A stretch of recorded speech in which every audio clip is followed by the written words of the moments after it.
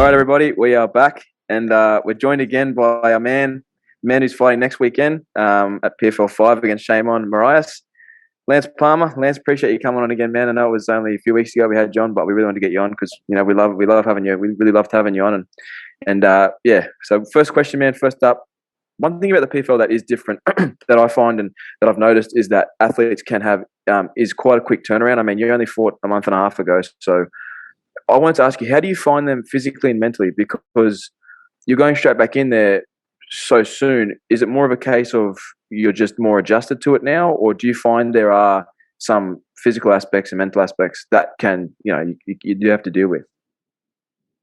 I think it's pretty normal for me just because I've done it since 2018. I think I've just gotten used to that type of schedule. And obviously these two fights, they're the regular season fight. You already know that you're going to have those two fights, like unless something crazy happens or you get an injury or whatever. But these two fights are for sure going to happen. So you just prepare. Like the first fight already happened. It didn't go my way. I have to put that behind me because now I have a different opponent in front of me. And, going out there and winning this fight, and if I get a finish in this fight, there's a lot of different things that can happen for the playoffs since nobody got a finish before. So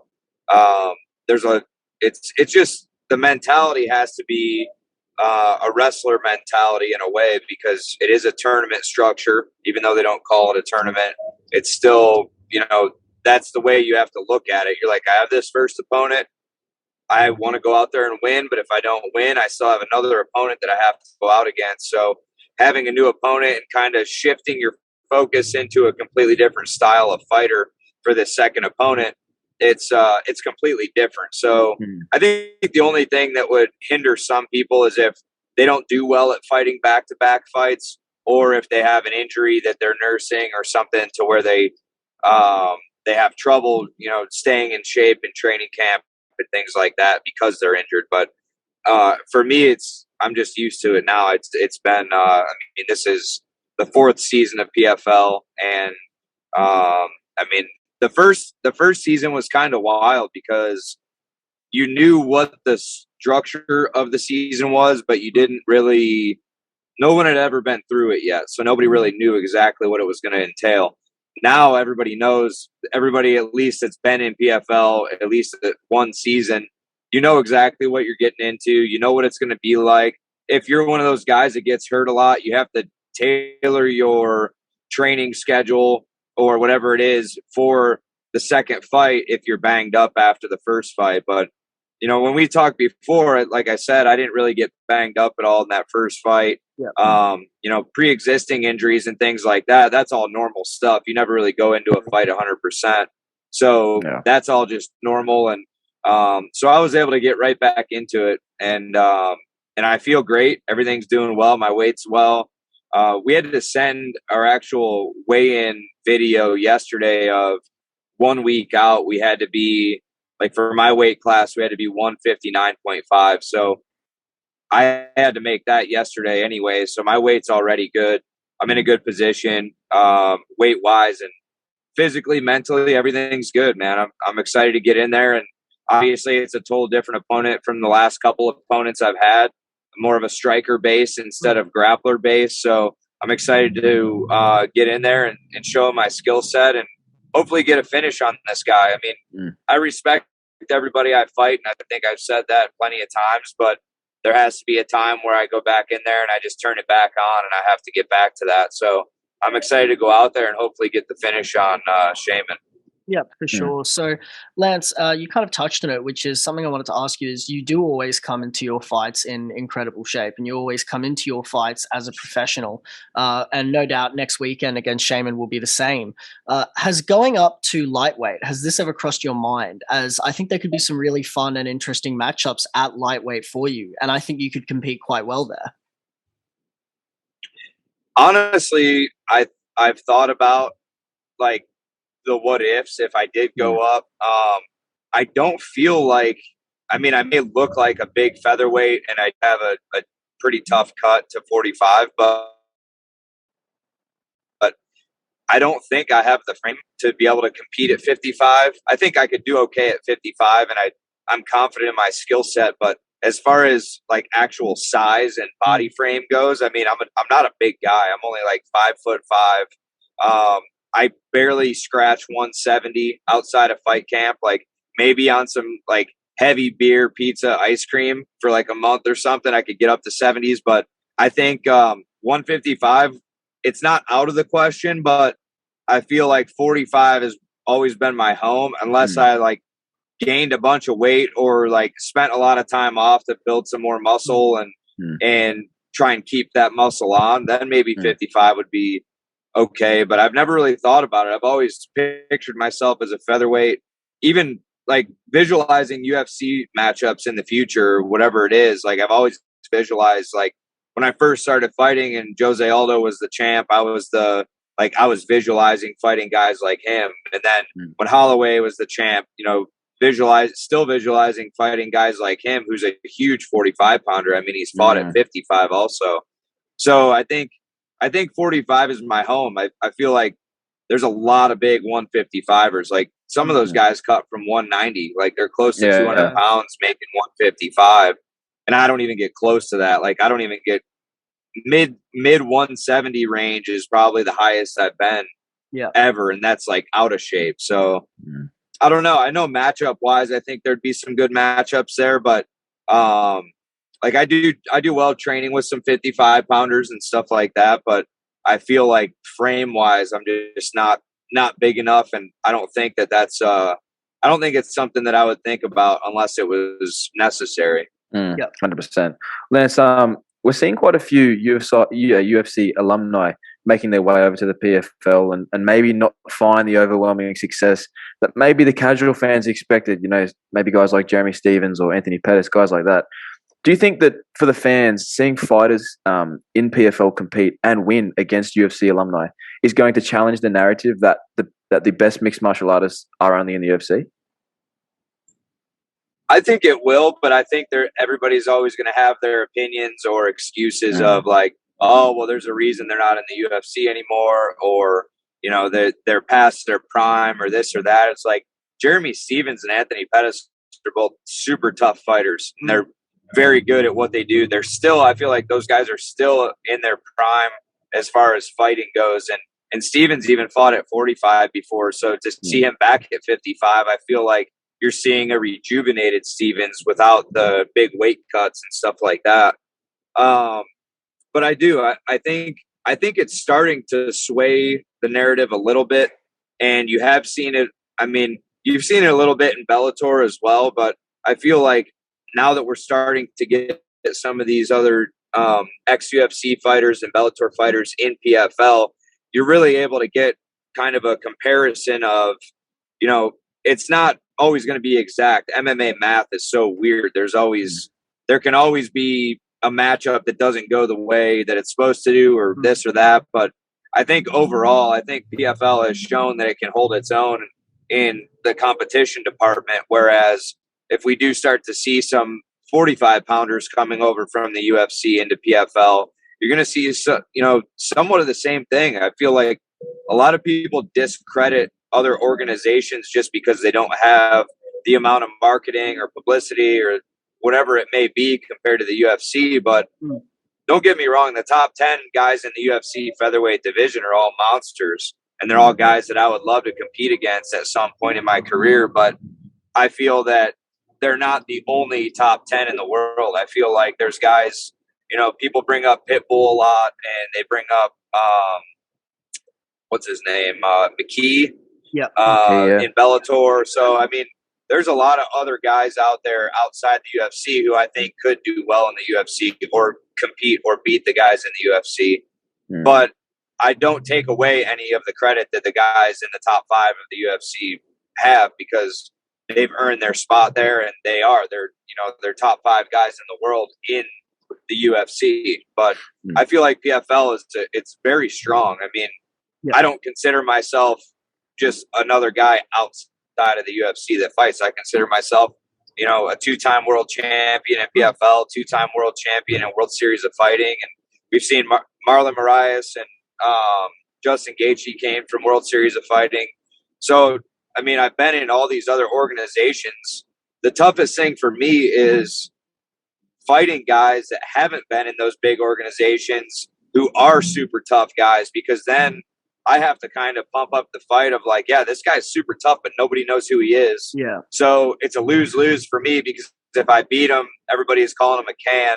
Yeah. And if I lose to him, then they're like, oh, he lost to some guy that nobody knows. Like, that's always been kind of the MO of my career, is like, I'm fighting all these tough guys, but nobody really knows them. And I think, you know, when it comes down to it, it's like Movlid was very tough last year. Yeah. Bubba's a tough guy. Wade's, he was in the UFC. He had a tough fight with Islam at 55 back in the day. All these guys are super tough. I mean, I wouldn't say that I brought the best Lance Palmer in those last 3 fights like we talked about earlier, but it's one of those things. I think that when it comes down to it, I feel that I'm one of the best featherweights in the world, and I feel that I would get up more for a fight against somebody who was already well known or already ranked in the top 10 or 15, you know? Yeah, for sure. So look, Lance, something that I've been getting interested in is looking into the different ways that people learn in mixed martial arts. So what I mean by that is some people learn better in one-on-one sessions with their coaches, whereas other people learn better in more of a class scenario. Do you find that you progress better in your skills with one-on-one sessions with a coach, or group sessions with your training partners where you have multiple bodies and different skill sets to work with?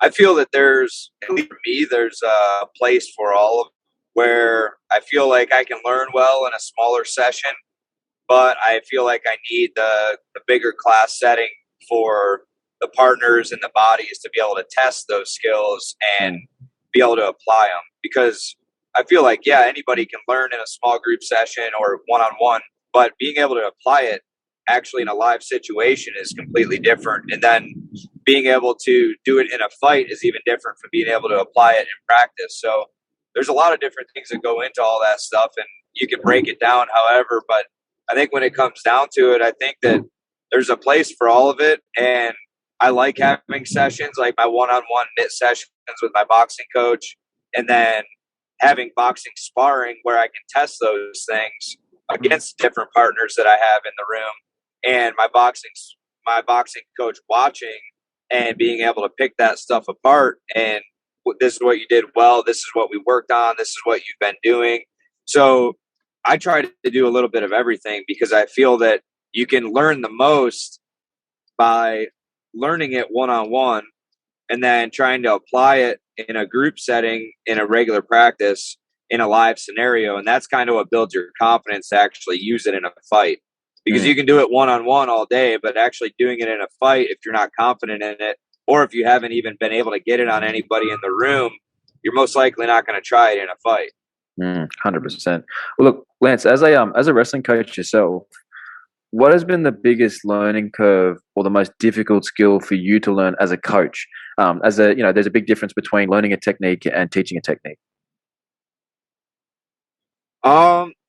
I think learning a technique compared to teaching, I think teaching the technique, you need to know, one, I think you need to have experienced it, whether it's like you've grown up around it your whole life, or you've been around it enough to where you know the ins and outs of every technique or every position, or in any different sport.